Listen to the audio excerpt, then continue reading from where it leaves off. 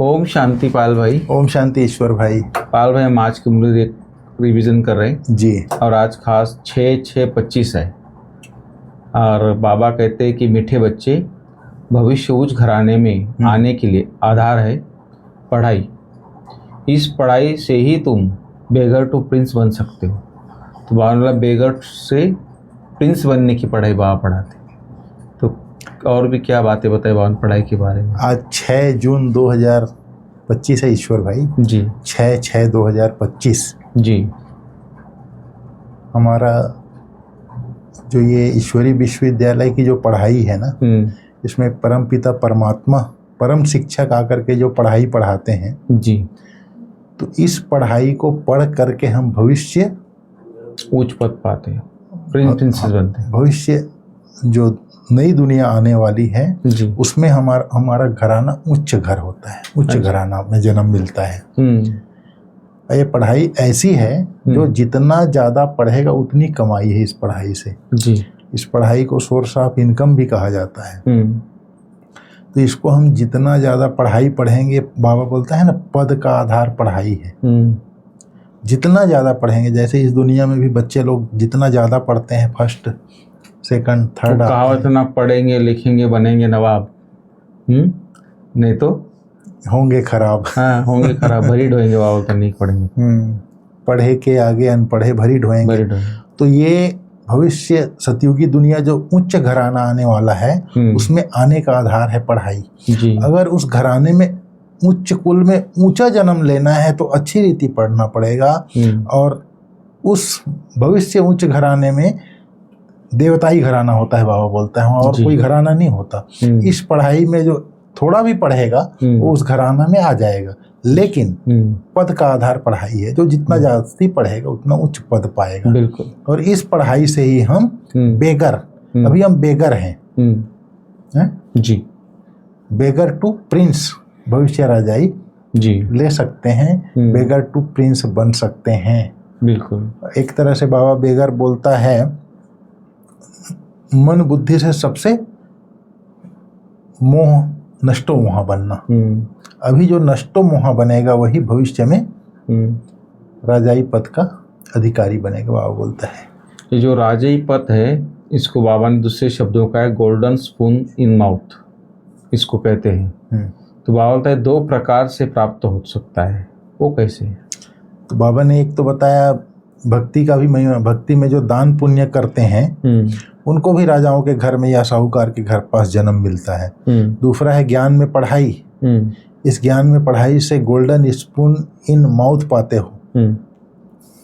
Golden spoon, जैसे अभी के राजनेताएं एक दूसरे को बोलते हैं ना, सोने का चम्मच लेके पैदा हुआ है। तो सतयुग में तो सोने का चम्मच में ही खाएंगे सब। तो इस ज्ञान की पढ़ाई से हम, माना इतना धन धान्य संपन्न रहेंगे, इतने अच्छे घराने में जन्म लोगे। हाँ, तुम इस ज्ञान से, तुम ज्ञान में पढ़ाई से गोल्डन स्पून, हाथ में सोने का चम्मच ही मिलेगा इस पढ़ाई से। यह है बेहद की बात। भक्ति में पढ़ाई से राजाई नहीं मिलती। यहाँ जो जितना अच्छी रीति पढ़ते हैं उतना उच्च पद पाते हैं। भक्ति में दान पुण्य करते हैं तब राजा के पास या साहूकार के पास जन्म मिलता है। जी। फिर बाबा ने आज और बहुत अच्छी अच्छी बातें कही है। जैसे रूहानी बाप बैठ रूहानी बच्चों को समझाते हैं, इनको कहा जाता है रूहानी ज्ञान। बाप आकर भारतवासी बच्चों को ही समझाते हैं, अपने को आत्मा समझो और बाप को याद करो। यह बाप ने खास फरमान किया है तो वह मानना चाहिए। बाप का फरमान है, अपने को आत्मा समझो और बाप को याद करो। यह भी तुम बच्चों को ज्ञान है कि सिर्फ शिव बाबा को ही श्री श्री कह सकते हैं, वही फ्री बनाते हैं। मनुष्यों को भी अभी तो श्री कहला नहीं सकते, लेकिन श्री बोल देते हैं कलयुग में। लेकिन श्री अर्थात श्रेष्ठ बनाते हैं शिव बाबा जी। फिर बाबा ने कहा, कहते भी हैं, मनुष्य कहते भी हैं स्वर्ग और नर्क। फिर बोलते हैं फलाना स्वर्गवासी हुआ तो गया नर्कवासी था, बाबा बोलता है। परंतु मनुष्यों को इतनी समझ नहीं है, स्वर्ग नर्क, नई दुनिया पुरानी दुनिया किसको कहा जाता है कुछ भी नहीं जानते। बाबा ने कहा बाहर भपका कितना है। तुम बच्चों में भी थोड़े हैं जो बरोबर समझते हैं कि हमको बाप पढ़ाते हैं, क्यों पढ़ाते हैं? ये हम यह लक्ष्मी नारायण बनने के लिए आए हैं। फिर बाबा ने कहा मुख्य है बाप के याद की बात, बाकी कोई संशय आदि है तो बाबा ठीक कर देंगे, यह भी बच्चे जानते हैं जी। फिर भक्ति मार्ग को याद किया। भक्ति मार्ग में दान पुण्य करते हैं तो साहूकार के पास जन्म लेते हैं, जो कोई बुरा कर्म करते हैं तो फिर ऐसा ही जन्म मिलता है, बाबा कहता है। और भाई बाबा ने खास कहा किसी भी बात का फिक्र नहीं करना है, सदा हर्षित रहना है, स्मृति रहे हम शिव बाबा के बच्चे हैं, तो बाप आए हमें विश्व का मालिक बनाने। इसके ऊपर बाबा ने खास मुरली चलाई। बाबा ने कहा तुम बच्चों को अंदर में बहुत खुशी होनी चाहिए जी। अभी हम नई दुनिया में जन्म लेंगे, यह पुरानी दुनिया खत्म होनी है। घर पुराना होता है तो नए घर की खुशी होती है ना। कितने अच्छे अच्छे दुनिया में भी कितने अच्छे अच्छे मार्बल आदि के घर बनाते हैं। बाबा ने आज जैनियों को याद किया। जैनियों के पास बहुत पैसे होते हैं, वो अपने को उच्च कुल के समझते हैं। वास्तव में ये कलयुग में कोई उच्च कुल होता ही नहीं, बाबा बोलता है। उच्च कुल में शादी के लिए घर ढूंढते हैं। वहाँ कुल आदि की बात नहीं होती, वहाँ तो एक ही देवताओं का कुल होता है, दूसरा ना कोई जी। इसके लिए तुम संगम पर अभ्यास करते हो। हम एक बाप के बच्चे, सब आत्मा है, आत्मा है फर्स्ट, पीछे है शरीर। दुनिया में सब देह अभिमानी रहते हैं, तुमको अभी देही अभिमानी बनना है। गृहस्थ व्यवहार में रहते अपनी अवस्था को जमाना है, अर्थात देही अभिमानी बनने का पुरुषार्थ करना है। फिर बाबा ने आज कृष्ण को याद किया। बच्चे को महात्मा से भी जास्ती मान दिया जाता है, क्योंकि वह महात्मा तो फिर भी सारी लाइफ पास करके बड़ा हुआ है, विकारों को जानते हैं। छोटे बच्चे तो जानते ही नहीं है, इसलिए महात्मा से भी उच्च कहा जाता है। वहां तो सब महात्माएं हैं, कहाँ? सतयुग में। श्री कृष्ण को भी महात्मा कहते हैं, वह है सच्चा महात्मा। सतयुग में ही महान आत्माएं होते हैं, उन जैसे यहाँ कोई हो ना सके, बाबा ने कहा। फिर बाबा ने आज बहुत अच्छी बात बताई है जी। बाप लिखते हैं, मतलब शिव बाबा ब्रह्मा के तन में आकर के पत्र लिखते थे, उसके याद किया बाबा ने। बाप लिखते हैं रूहानी बच्चे, बच्चे भी समझते हैं रूहानी बाप, वह बहुत उच्च है, उनकी मत पर चलना है। फिर बाबा ने कहा बाप कहते हैं काम महाशत्रु है, यह आदि मध्य अंत दुख देने वाला है, उस भूत के वश मत हो। पवित्र बनो, बुलाते भी हैं हे पतित पावन। तुम बच्चों को अभी बड़ी ताकत मिलती है राज्य करने की, जो कोई जीत पा न सके।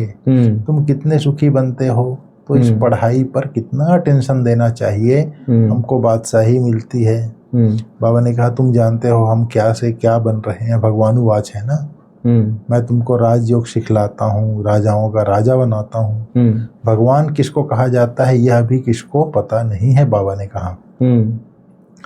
फिर बाबा ने कहा मनुष्य ही सृष्टि के ड्रामा के आदि मध्य अंत ड्यूरेशन को जानेंगे, जानने से तुम देवता बन जाते हो।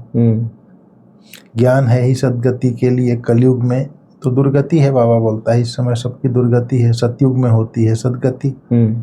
अभी तुम जानते हो बाबा आया हुआ है सर्व का सदगति करने जी, सबको जगाने आए हैं। कोई कब्र थोड़े ही है, परंतु घोर अंधियारे में पड़े हैं, बाबा कहता है उनको जगाने आते हैं। जो बच्चे घोर नींद से जग जाते हैं उनके अंदर खुशी बहुत होती है। हम शिव बाबा के बच्चे हैं, कोई किस्म का फिक्र नहीं है।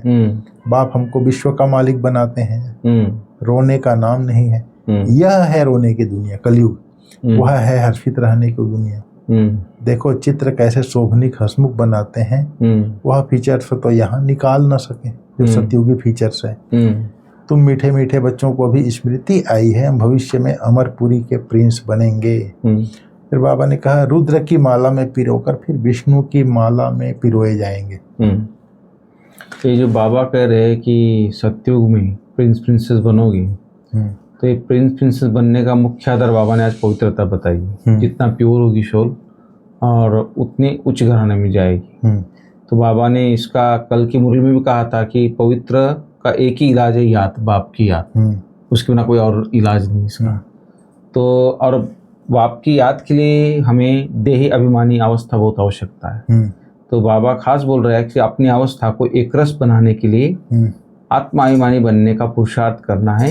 इस पुराने घर से ममत्व निकाल देना है। हाँ, बाबा ने वही कहा जी। अब बच्चों को बहुत मेहनत करनी है बाप को याद करने की जी। तो विकर्म विनाश हो। वह गीता सुनाने वाले भी कहते हैं मन मना भाव, देह के सब धर्म छोड़ अपने को आत्मा समझ बाप को याद करो। जी। फिर बाबा ने कहा जिसने भी थोड़ा ज्ञान सुना तो प्रजा में आ जाएंगे। ज्ञान का विनाश नहीं होता है, बाकी जो यथार्थ जानकर पुरुषार्थ करते हैं वही उच्च पद पाते हैं। यह बुद्धि में समझ है। हम प्रिंस बनने वाले हैं नई दुनिया में। स्टूडेंट इम्तहान पास करते हैं तो उनको कितनी खुशी होती है। जी। तुमको तो 1000 बार जास्ती अतीन्द्रिय सुख होना चाहिए। हम सारे विश्व के मालिक बनते हैं, कोई भी बात में रूठना नहीं है। बिल्कुल। ब्राह्मणी से नहीं बनती है, बाप से रूठते हैं। अरे तुम बाप से बुद्धि का योग लगाओ, बाबा कहता है। कई होते हैं ना, सही है, ब्राह्मणी से नहीं बनती है तो ज्ञान ही छोड़ सेंटर पे आना छोड़ देते हैं। बाबा बोलते हैं अरे तुम बाप से बुद्धि का योग लगाओ ना, उनको तो प्यार से याद करो। बाबा चाहिए बस आपको ही, बाबा बस आपको ही याद करते करते हम घर आ जाएंगे। बिल्कुल। यहाँ पर यही सबसे बड़ी बीमारी है। मनुष्य को देखने लग जाते हैं वो, फिर उनको देख करके फिर संशय आ जाता है। फिर ये आज कल बाबा बोला था ना, माया के तूफान। मनुष्य को पर चिंतन प्रदर्शन किया, फिर माया का तूफान आया और गिरा और ये मरा। तो इस तरह से आज बाबा ने कहा। जी। तो पाल भाई आज का वरदान बहुत अच्छा है कि मनन शक्ति द्वारा बुद्धि को शक्तिशाली बनाने वाले मास्टर सर्वशक्तिवान भो बाबा ने खास वरदान दिया। आज बाबा ने कहा जैसे मनन शक्ति, मन ही मन में मनन करते हैं, माने याद करते हैं। जैसे याद करते हैं कोई चीज को, जैसे बच्चे लोग होते हैं 100 तक का पहाड़ा याद करते हैं, गिनती याद करते हैं तो बुद्धि में भर जाता है। उसी को जैसे मनन शक्ति ही दिव्य बुद्धि की खुराक है। जी। जैसे बच्चे लोग पहाड़ा याद किए, वो बुद्धि में फिट हो गया। सारी जिंदगी पूछोगे 5 पछे तो 25 बता देगा मरते दम तक, तो बुद्धि में फिट हो गया ना। जी। उसी को आज बाबा ने कहा है जैसे मैं आत्मा हूँ, मैं आत्मा हूँ, पहला लेसन हम लोगों को मिलता है और सारी जिंदगी याद रहता है मैं आत्मा हूँ, फिट हो गया। उसी प्रकार मनन शक्ति मतलब हम लोग जो याद करते हैं, मनन शक्ति ही दिव्य बुद्धि की खुराक है। जी। जैसे भक्ति में सिमरण करने के अभ्यासी हैं, ऐसे ज्ञान मार्ग में स्मृति की शक्ति है। जैसे भक्ति में सिमरण एकाग्रता नहीं होती उसमें। जी। सिमरण और स्मृति ज्ञान मार्ग का यही फर्क है। उसमें सिमरते हैं लेकिन हम इसमें बुद्धि से याद करते हैं। जी। उसमें बुद्धि का यूज नहीं है। इसमें जी भक्ति में। जी। वो बातचीत भी करे, सब करे, माला भी जप रहे, ऐसे होता है। हाँ। हमारे पास एकाग्रता चाहिए। हाँ, वहाँ सिर्फ मन का खेला है। कहाँ? भक्ति में या बुद्धि हो गई। जय हनुमान ज्ञान गुण सागर, जय कपीस तिहुँ लोक उजागर, हम भक्ति करते सब हैं, चलता रहता है। वहाँ बुद्धि का खेल नहीं है। वहाँ इन आंखों से देख रहे हैं मूर्ति को और जी हनुमान चालीसा पढ़ रहे हैं, लेकिन यहाँ पर हमारे पास ज्ञान में स्मृति की शक्ति है। इसलिए मनन शक्ति द्वारा बुद्धि को शक्तिशाली बनाना। तो ये मनन पहले करना तभी तो शक्तिशाली स्मृति। जी। हमारे पास जैसे भक्ति में सिमरण के अभ्यासी हैं, ऐसे ज्ञान में स्मृति की शक्ति है। यहाँ पर मन और बुद्धि दोनों का खेल है, भक्ति में सिर्फ मन का खेल है। इस शक्ति द्वारा मास्टर सर्वशक्तिमान बनो। रोज अमृत वेले अपने एक टाइटल को स्मृति में लाओ और मनन करते रहो तो मनन शक्ति से बुद्धि शक्तिशाली रहेगी। बिल्कुल।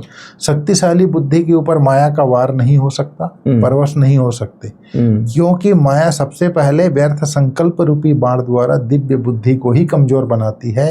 इस कमजोरी से बचने का साधन ही है मनन शक्ति। बहुत गुह्य बात है इस वरदान में आज। जी।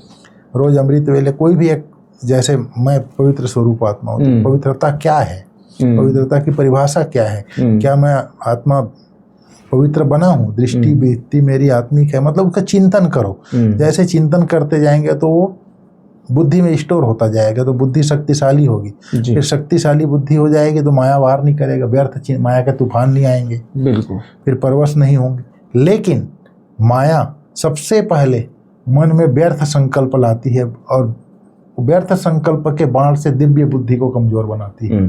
उसका अटेंशन होना चाहिए। हाँ, तो इस कमजोरी से स्टॉप करना चाहिए व्यर्थ। इस कमजोरी से बचने का साधन है मनन शक्ति। जी। किस चीज की मनन? कोई भी एक सामान ले लो, टाइटल ले लो, उसका मनन करो, चिंतन करो, तो बुद्धि शक्तिशाली बन जाएगी।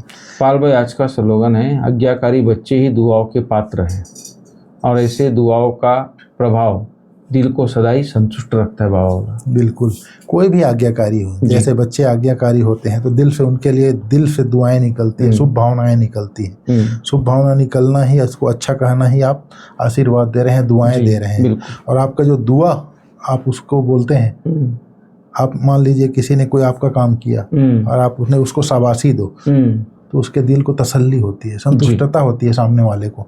तो आज्ञाकारी, अगर हम बाप के आज्ञाकारी हैं तो बाप की दुआएं हमको मिलती है, और उसका जो शक्ति, उसका शुभ भावना हमारे अंदर हम तृप्त हो जाती है, आत्मा संतुष्ट हो जाती है। ठीक है भाई साहब, ठीक, ओम शांति, थैंक यू।